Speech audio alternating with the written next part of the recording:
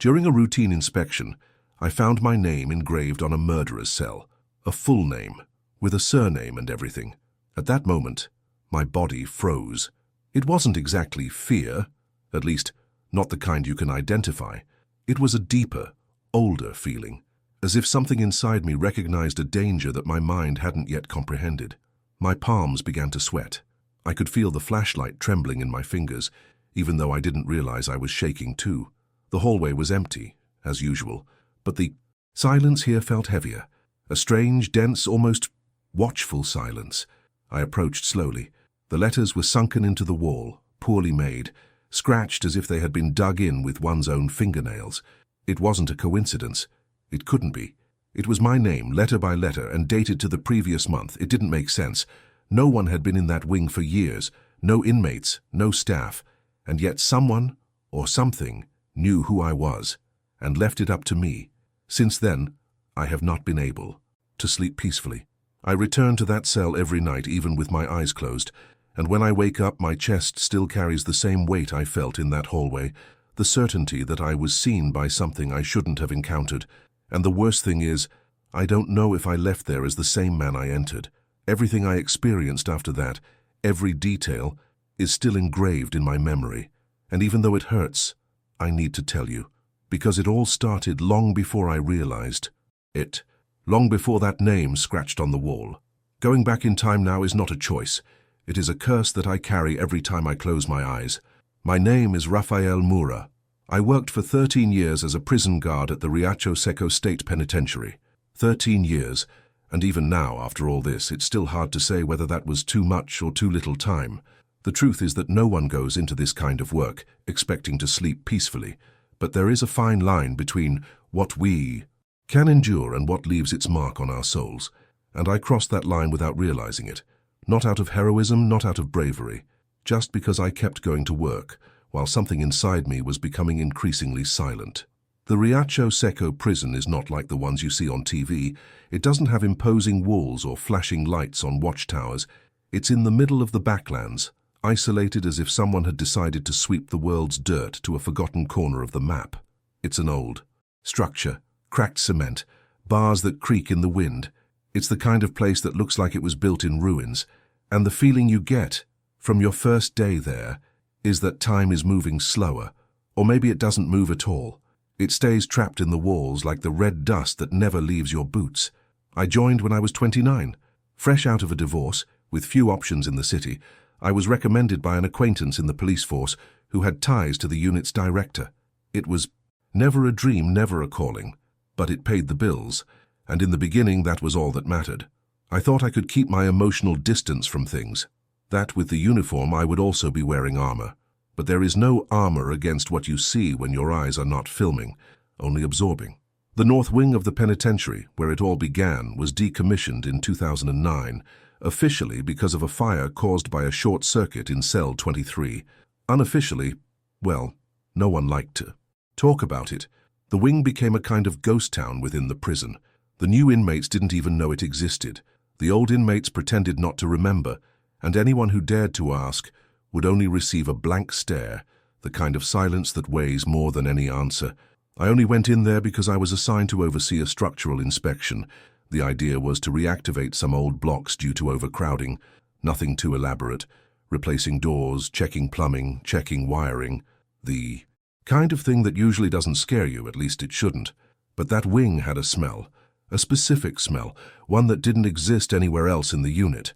It was a mix of old mold and something heavier that stuck to the back of your throat, and it seemed to get worse the further you walked, even without smoke, even without heat. It was as if the fire was still present, not in the air, but in the memory of the place. The walls were darker, the sounds muffled. There was something wrong with the acoustics, as if the ward itself had shrunk over time. The cells were empty, but they didn't feel unoccupied. I know it sounds strange, but have you ever been in a place where absence feels more alive than presence? Like someone had just left. Like someone was still there, just on another plane, waiting. In the first round, we pretended it was just paranoia. Me and Moreira, a younger colleague, full of energy and bad jokes. He laughed out loud, making fun of the situation. I tried to laugh along, but the truth is that my stomach was already starting to turn. It was as if some part of me knew that this wasn't just an old ward. The way the flashlight's light wavered on the bars, how the echoes returned late, how the floor seemed colder inside. It all gave the impression that we were where we shouldn't be. We arrived at cell 23 on the second day of the inspection. It was the only one with a partially locked door. The others were all open, corroded, or had their locks ripped out. But cell 23 looked like it had been left out of everything, as if someone had bothered to seal it. Moreira tried to make a joke about the unlucky number and pushed the door open with his foot. Nothing. I took a look at the lock's core. Old, rusty, but still functional. I asked the maintenance man for the key, and inwardly, I hoped he didn't have one. But he did. The sound of the key turning echoed differently in that hallway. Drier, more scratchy. The door gave way with a snap, and the first thing that entered was the smell. Thick, bitter, like burnt fabric mixed with rusty iron. I felt instantly nauseous. Moreira stepped back. I took a deep breath, stepped inside, and that was when I saw it. The name. On the back wall, written diagonally, in crooked but legible letters. Rafael Moura. My name. Full name. Surname and all. Frozen in the dirty cement, like a sentence someone wanted to leave recorded for the ages. It wasn't possible. It couldn't be. I looked again. I tried to find some similarity with another name. I thought it might be a coincidence, a mix of similar letters. But it wasn't. It was my name. And it was there, as if it had been written for me. Or by me. I felt the blood drain from my fingertips. The skin on the back of my neck felt goosebumps. My whole body felt cold inside, but on the outside, I was sweating. A drop ran from my temple to my chin and dripped onto the floor. Moreira, who was still at the door, didn't see what I saw. He just asked if there were any dead rats there because of the smell. I shook my head. He said it was just mold. He didn't suspect anything. He laughed, made a joke again, and I stood there, staring at that name like someone staring at a broken mirror. Something inside me began to stir, an old memory, distant, out of focus. It wasn't really a memory. It was a feeling, as if I had been there before, or dreamed of that place.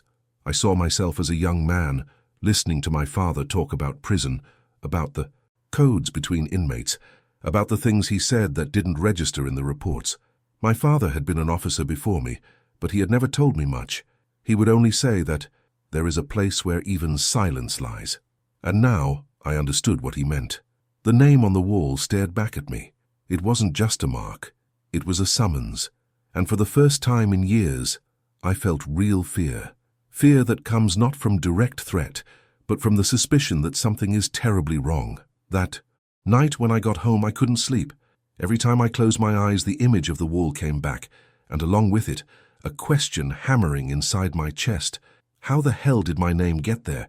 The answer wouldn't come easy, and maybe I wasn't even ready to know. But I already knew one thing. It wasn't a mistake. And the more I tried to forget, the more I felt that cell 23 was still watching me, as if the door, even open, still held something that no one should have released. You ever felt like something bad was about to happen even for no reason? That danger was near but hidden, like the smell of smoke before the first flame, because that's exactly how everything started to change. And the worst part is that I wasn't alone. Do you think finding your own name engraved on an empty cell would be just a coincidence? Because I wanted to believe that too, until things started to get worse. What happened next was more than strange. It was like being pulled into something ancient, dirty, and never wanted to be discovered. So leave a like now and subscribe to the channel and watch until the end, because what you're going to hear next might make you think twice before entering a place where everyone has already been forgotten. It was impossible to pretend it hadn't affected me. During the next shift, I tried to keep up the routine, patrols, cell checks, writing reports, but every step seemed slower. Every ordinary sound, a lock turning, a radio, hissing, carried a strange weight. I couldn't get that image out of my head. My name, carved into the wall of a cell no one had set foot in for more than a decade. I waited for the shift change, went to the records room and asked for access to the North Wing's history. I said it was because of the inspection that I needed to cross-reference the data for the board's report. No one thought it was strange. That paperwork was always sitting around. I was given a dusty folder with faded labels and pages yellowed by time. There was no digital system for this. It was all manual, old, forgotten like the wing itself.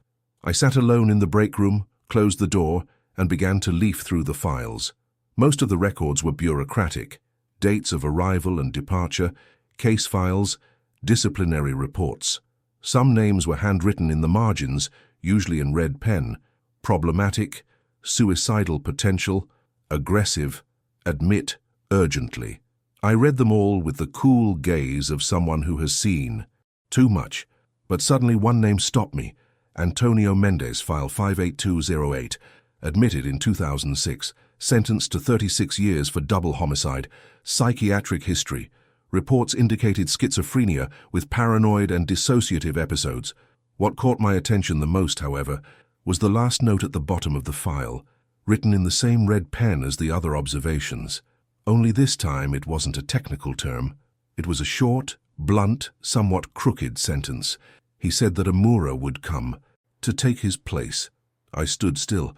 My heart slowed down for a second, as if trying to better hear what my eyes were reading.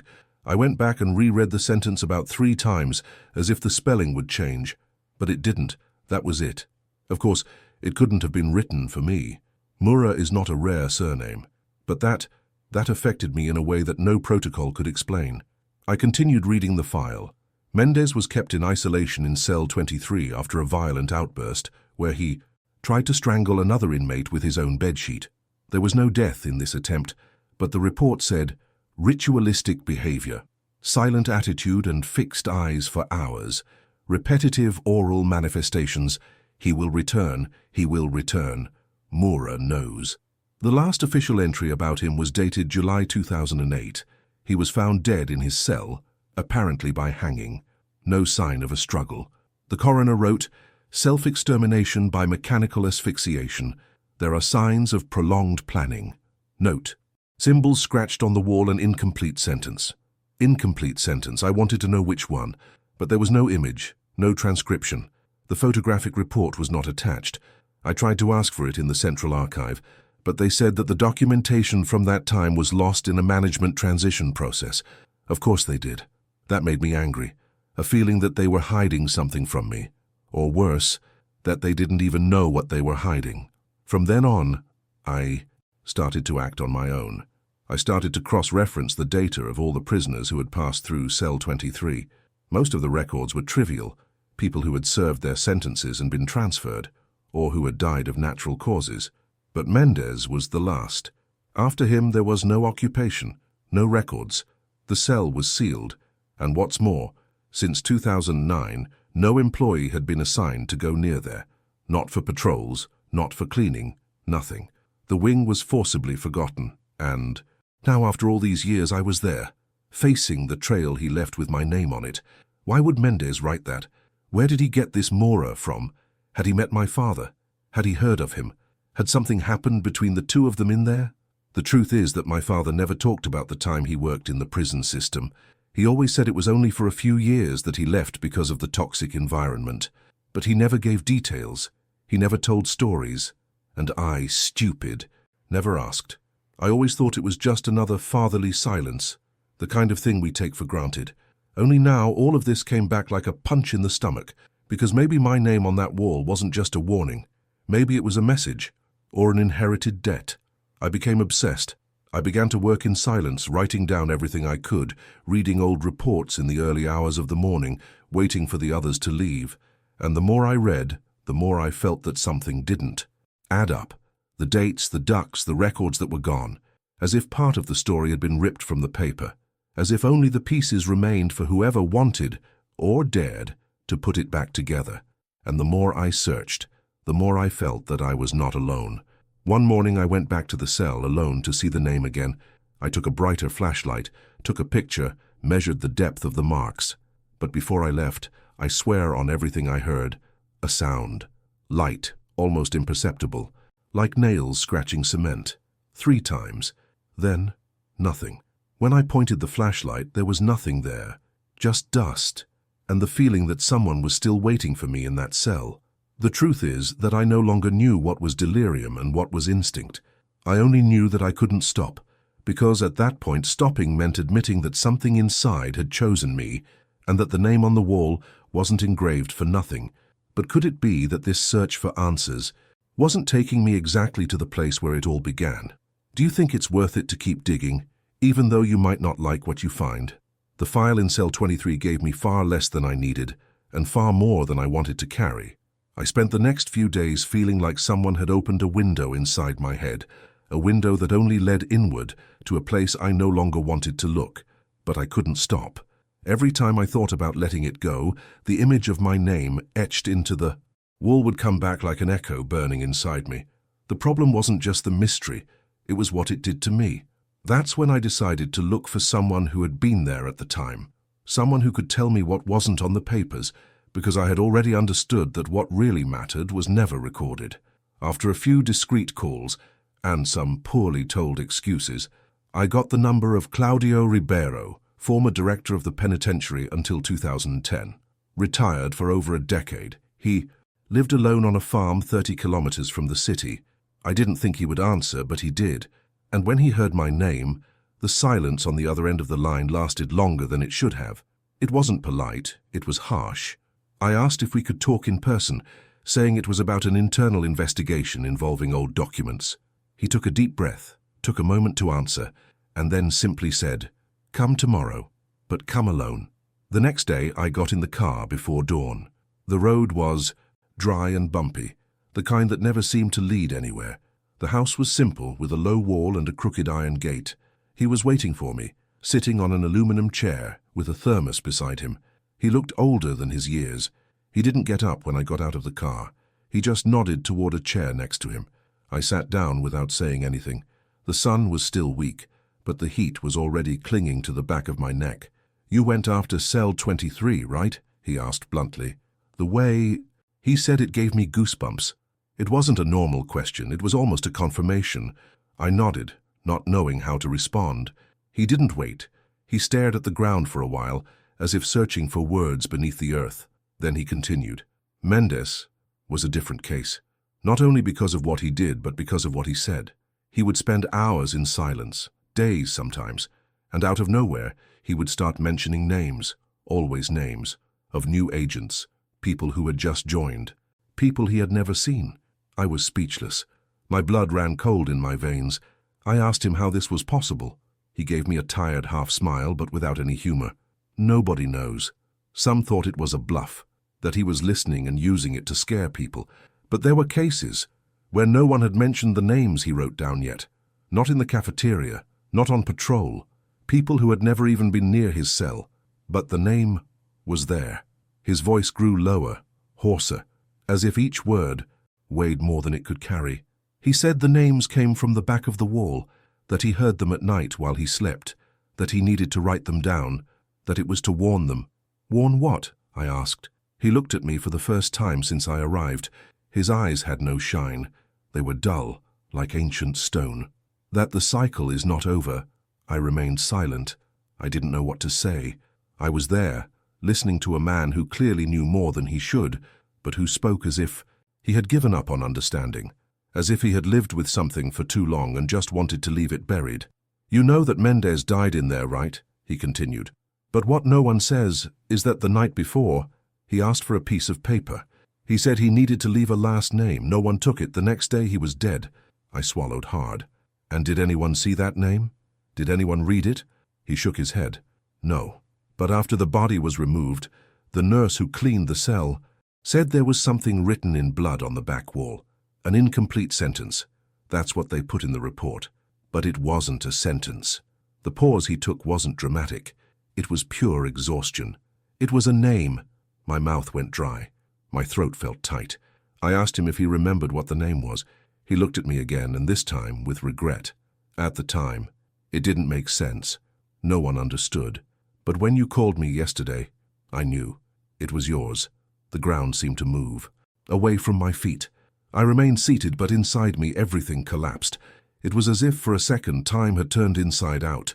Everything I had felt in the cell now took shape, and it was a shape that pointed directly at me. Why didn't anyone do anything? I asked, almost speechless. He sighed. Because it was too late. And because There are some things no one wants to know. Those who stare too much into the dark are sometimes called back inside. We remained silent for long minutes. The warm wind gently shook the dry leaves on the ground. Everything around us seemed still, suspended. When I got up to leave, he said the last thing. "You weren't the first, Moura, to enter that cell, but you might be the last." I drove back slowly. The world outside was the same, but I knew nothing was the same anymore. My name was on that wall for a reason. Mendez knew it, and somehow, in a way that still escaped me, this wasn't just madness. It was a line he had followed, and now it was at my feet. But why me? Why now? And what else did that cell hide? Would you continue investigating? Or would you turn your back before it was too late?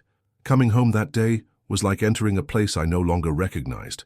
Everything looked the same furniture, the same smell of old wood in the living room, even the sound of the gate slamming in the wind. But nothing, absolutely nothing, gave me a sense of belonging. It was as if I were walking into a staged scene, as if my own life had been built on lies that were now beginning to crack from within. The name Moura was there, written in faded ink on an archived police report, in a barely legible footnote that only went unnoticed because I was already on the hunt for anything that would confirm what my stomach had been whispering for days. It was a document from 2006, attached to Mendez's psychiatric file. Amid all the hallucinations and disjointed phrases he uttered during his outbursts, there was a specific passage in quotation marks transcribed by the unit's doctor. I was betrayed by Moura. He said he would protect me. I trusted him. He turned me in. I stared at it like someone staring at a death sentence. My father never mentioned that name. He never said he was involved in the arrest of anyone with psychiatric disorders. He barely spoke about the time he worked in the system. When I decided to follow that path, he just said, "I don't recommend it, but you'll figure it out for yourself." That was it. No advice. No stories.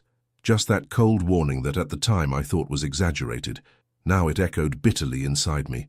I couldn't wait. I didn't even let night fall. I went straight to my mother's house. My father had died 3 years ago of a massive heart attack. A dry man with silent habits and a hard look in his eyes. I never knew if he was sad or just indifferent.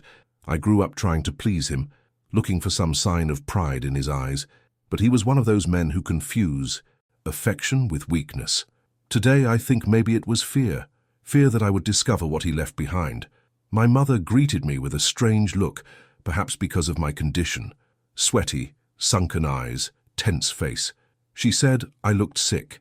I answered with another question, direct, dry, hurt. "Mom, has Dad ever worked with a prisoner called Antonio Mendez?" She froze. Her body didn't move, but her eyes gave everything away. It was as if she had gone back in time, to the exact moment she had tried to forget. "Why are you asking this?" Her voice didn't come out angry, it came out fearful. And I knew that when a mother responds with fear, it's because something much worse lurks behind it. Because I found my name engraved on the cell where he died, and because the records say he was arrested with the help of a guy named Moura. I need to know, Mum. Now. She sat down slowly. She put her hands in her lap, as if protecting herself from a blow that had not yet come. She remained silent for several long seconds, and then she began to speak, not with anger, not in a hurry, but with a pain that seemed to have been kept in for too long. "Your father didn't want you to know, or for you to follow the same path. When you entered the penitentiary," he cried, not in front of you, of course. He cried in the bathroom, quietly, as if he was ashamed of his own fear. I stood motionless. The ground beneath my feet seemed to tilt. "Mendez," she continued with difficulty, "was a serious case. The kind of prisoner no one wanted to be around. His father worked in another unit when he was first arrested, but there was an emergency transfer, and his father was responsible for escorting him to Riacho Seco. On the way, something happened. I don't know what it was. They disappeared for almost 3 hours. They didn't answer the radio. They didn't arrive on time. When they arrived, Mendez was sedated, and his father, white as a sheet. Did he tell you anything?" "He said that Mendez tried to attack him, that he was talking nonsense, that he was talking about you, Raphael. But you were a child at the time. What were you? 7 years old? Your father felt bad, really bad. After being transported, he asked to leave. He didn't want to know anything about it anymore. He started drinking in secret. At night, he would lock his bedroom door. Sometimes he would wake up screaming. There were nights when he would cry alone in the backyard. And I didn't know what to do. He said he had done wrong, that he had betrayed someone, that he had no choice, but he never said who. He never said what happened that day. My mother's words pierced me like barbs. The air grew thin. Everything I thought I knew about my father crumbled. His coldness, his silences, his empty stares, everything now took on a new meaning. He wasn't just a hard man. He was a haunted man. And Mendez wasn't just another delusional prisoner.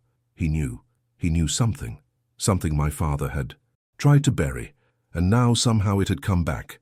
"Why didn't you ever tell me this?" I asked, trying to contain the tremor in my voice. "Because we thought it was buried. Because he begged you never to know. He said that if you ever found out, it would all start over again." I left there with my head throbbing. The revelation devastated me more than anything I had found in the archives, in the cells, in the prison corridors. My name was not on that wall by chance. Mendez did not write it in. A random outburst. It was a hit, a continuation, a dirty legacy left to me.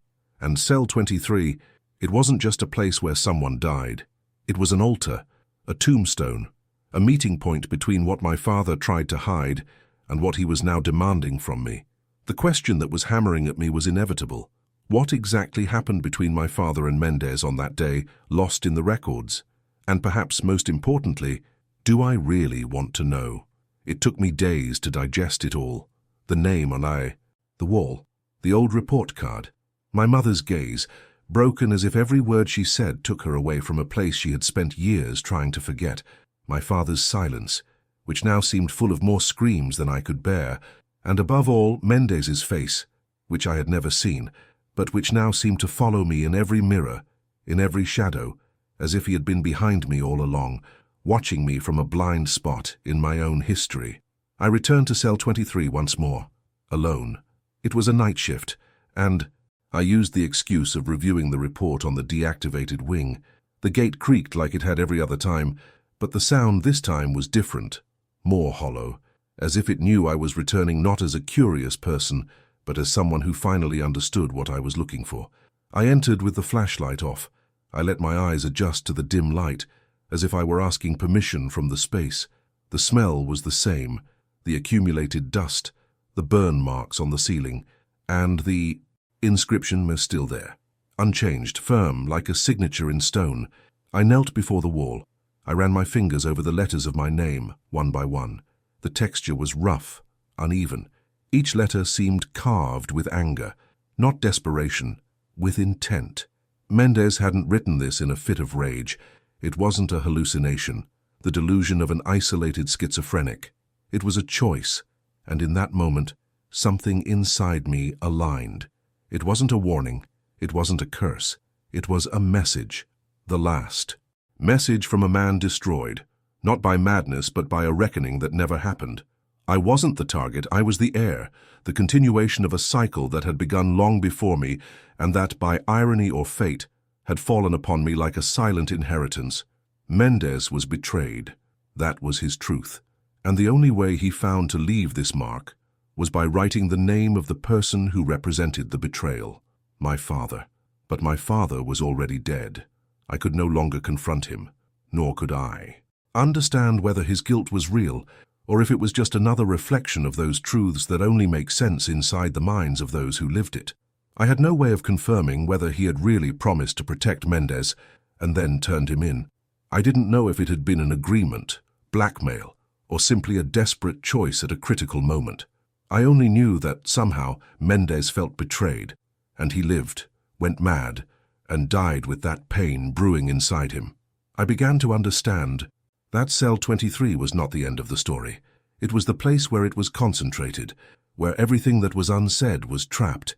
It was the point where Mendez decided he needed to record his pain, and he chose my name as a symbolic tombstone, not to kill me but to force me to remember. I spent months obsessed with the idea that there was something supernatural in that cell, something that chose me. But now I understood that the horror was different, much more human, much more cruel. The kind of horror that comes from silence, from omission, from what men choose not to tell even their own families. My father lived carrying this, carrying the name of a man he, in some way, condemned, and Mendez lived repeating this name, waiting for the moment when he would return. And he did. But he came back with me. I was just a shadow of what my father was, a consequence, and because of that, I became a symbol. There, kneeling in the cell, I felt a strange mixture of anger and compassion.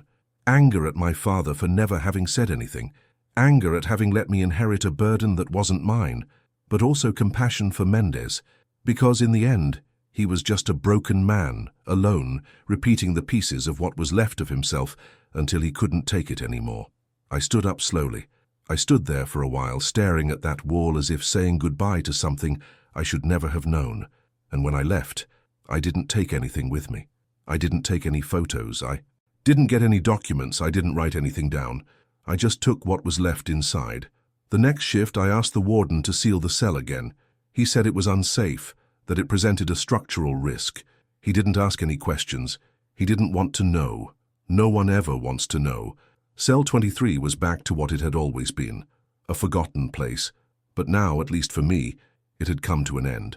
I finally understood that the mystery wasn't about something that would happen to me. It was about what had already happened to them. It was about pain passed from father to son without words. It was about a man trying to say, with the tools he had, that the truth hurts less when it is told in life. And the strangest thing is that, as I understood all this, the name on the wall lost its weight. It was still there, but not as a threat. Now it was just a reminder. The past comes back to bite you, sooner or later. And the only way to stop this from happening is to tell. Would you have the courage to face what your family has hidden for decades? Or would you prefer to continue living in the comfort of not knowing? I retired a few days later. Not out of cowardice, or maybe I did, but out of a kind that only those who have seen firsthand what other people's silence can hide can understand. It was a decision that no one questioned. Not the management, not my colleagues, not even my mother.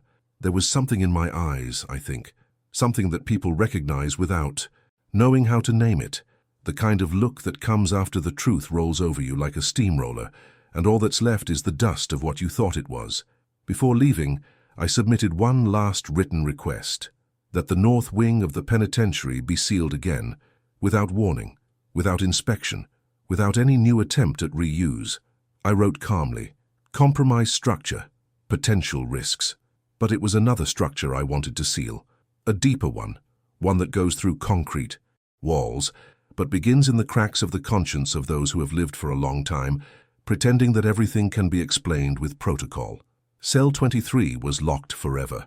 No one went back there, and I was never the same again. Many things inside me remained there, between those cold bars, in the dry smell of burnt cement, in the name scratched like a scar. But I took with me what really mattered, the certainty that some stories do not need to be resolved on paper. They are not waiting for justice or punishment. They are just waiting to be understood, and after that, buried with respect. I spent a long time trying to understand why that cell chose me, why the name was there, why my father never told me. But now I know it's not about fate or curse. It's about legacy, about mistakes that go from generation to generation until someone has the courage to stop and face it. Maybe that was my role, not as an agent, not as a son, but as a witness. Today, when I close my eyes, I sometimes still see the name on that wall, but it doesn't haunt me anymore. It doesn't hurt. It just reminds me of the weight of carrying what others left behind. And deep down, I think that's what most of us try to do our whole lives, put a decent ending to stories that began long before we were born. If this story has captivated you, made you reflect, or even reminded you of something you've never told anyone, then it has already done its job. Because sometimes, all we need is to see that we're not alone in this kind of silence. Now you can make this story reach more people. Just click like and subscribe. That's what keeps this channel alive and these stories happening. Write your words in the comments below, SCAR, just so I know you made it to the end, and that you felt the weight of this story too. And it continues here, and the next video that's coming up will take you even deeper, because there are stories that we hear, and there are those that stay with us. This next one might be the one that stays with you.